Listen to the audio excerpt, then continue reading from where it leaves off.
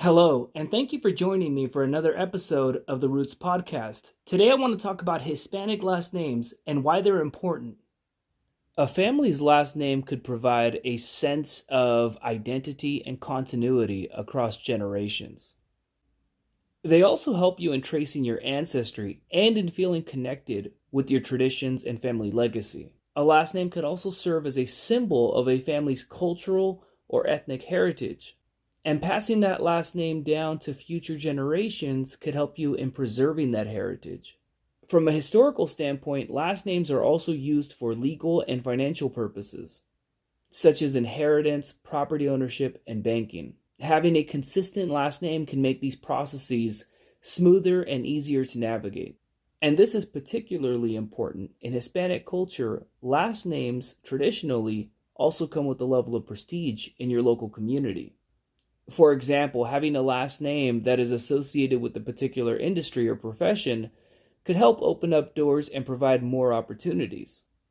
When you're doing your genealogy, sometimes you might notice that some of your ancestors used, 2, 3, or 4 last names at any point in their lifetime.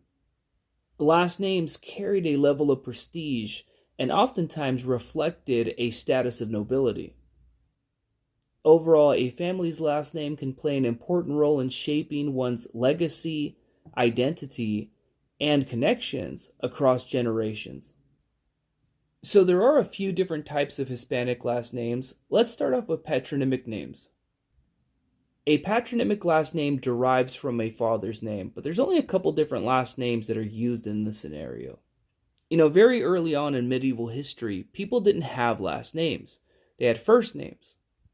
So some last names we have today derive from the medieval period where people were using their father's first name to identify their families. For example, Gonzalo is a very popular male first name. At some point, this last name was adopted and modified to become a last name, Gonzalez, meaning son of Gonzalo. There are a few different reasons why this EZ conjugation developed, but I'll cover that in a separate video. Next, there are geographical or habitational surnames. This last name is derived from a place of origin of a particular family.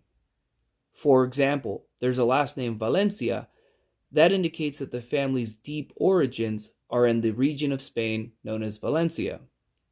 Earlier in history, a last name like Valencia would have been preceded by de, as in from. So if your name was Juan and you were from Valencia, your name would become Juan de Valencia. And then there are occupational surnames, and these surnames indicate a type of occupation that your ancestors were involved with earlier in history. For example, there's a last name Carpintero, and this indicates that earlier in history, perhaps in the Middle Ages, that your family was involved in carpentry work. There are also descriptive surnames, and these are particularly interesting because they describe the way a person looked when their last name was developed. Two examples of this would be Delgado, which means thin, or Garrido, which means handsome. And then there were last names that were developed by the church, such as Cruz or De la Cruz, or Santos or De los Santos.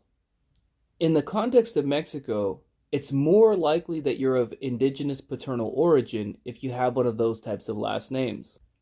Although that's not always the case, there were also Spanish people that had the last name Santos or Cruz. Now, every single family has their own legacy, so when you're doing genealogy, it's up to you to find out what that legacy was. And as you research that history, at some point you're also going to start thinking about what type of legacy you're going to leave behind, and what type of honor you're going to bring to your own last name. And so genealogy can tell you a lot about where you are from, but it could also inspire you to move your family's legacy into the future. So I'm going to go ahead and end the discussion right there. We've covered a lot today. Thank you so much for tuning in, and I'll see you all again next week.